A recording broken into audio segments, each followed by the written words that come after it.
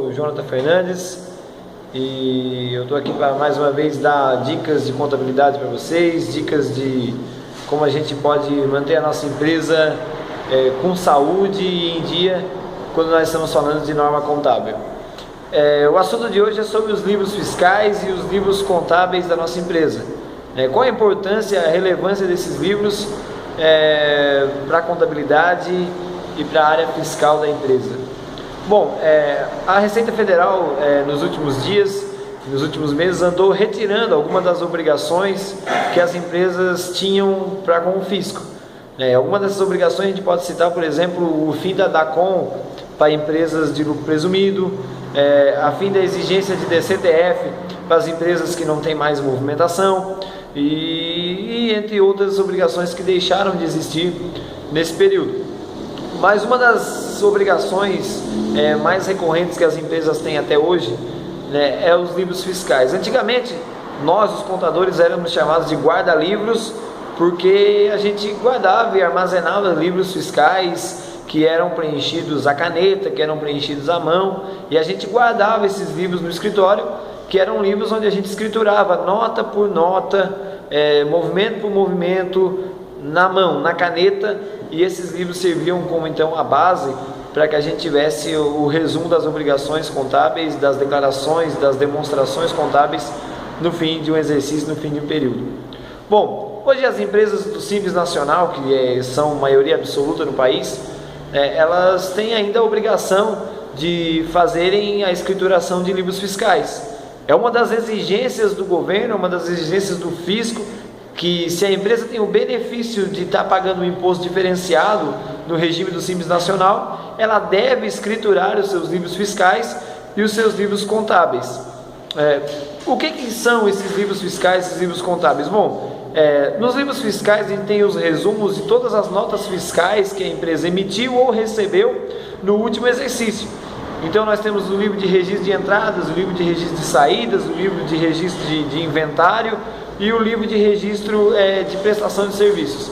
Esses registros são aqueles que os profissionais contábeis fazem, quando chegam a nota no escritório, a gente lança essas notas e esses livros são feitos a partir do resumo, da lista dessas notas mês a mês nesse exercício.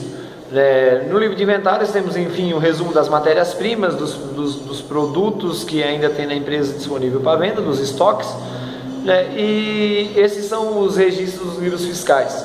É de obrigação das empresas manterem esses livros em dia, manterem esses livros escriturados, devidamente escriturados, porque esses livros podem ser exigidos quando dada uma fiscalização, por exemplo, do Conselho Regional de Contabilidade, uma fiscalização que o contador recebe no escritório, e é importantíssimo para que a empresa não seja autuada, para que o profissional contábil também não seja autuado, estar com o registro desses livros rigorosamente mantido em dia.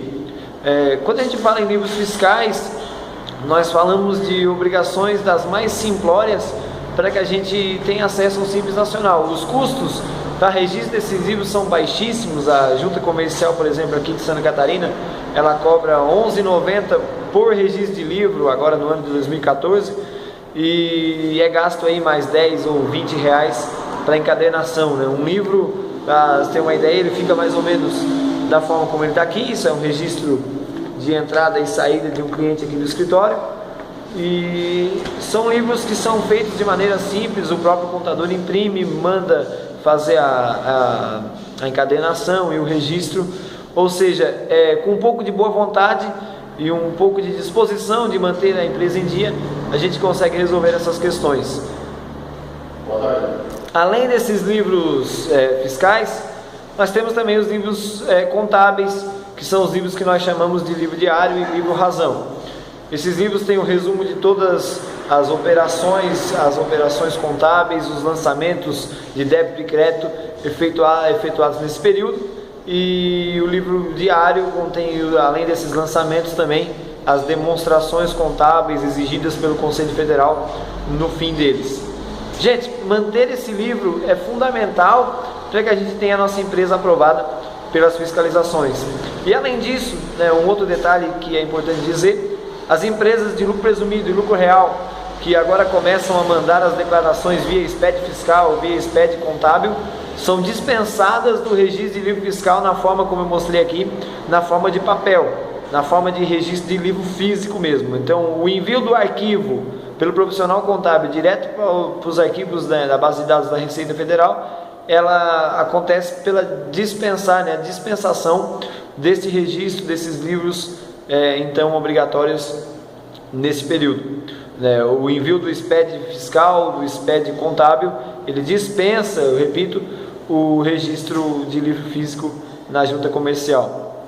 Além disso, um outro ponto que eu quero salientar para a gente terminar, é o ponto da organização. Antigamente, arquivar uma nota fiscal hoje no escritório ou arquivar na própria empresa, dependendo da movimentação do cliente, isso pode ocupar um espaço um pouco considerável.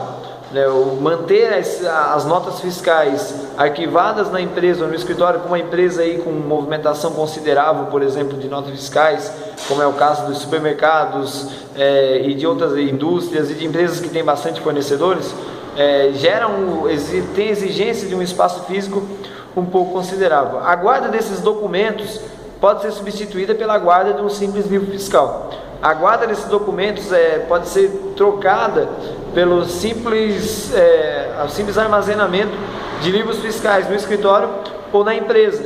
E isso é saudável em termos quando a gente fala de otimização do espaço, de organização de interiores, e isso pode ser bom para você, para a sua empresa e para o seu profissional de contabilidade. Eu tinha para dizer hoje, então, era isso. Se você gostou desse vídeo, curta a página do Exato no Facebook, e eu desejo a vocês sucesso e um grande abraço. Tchau!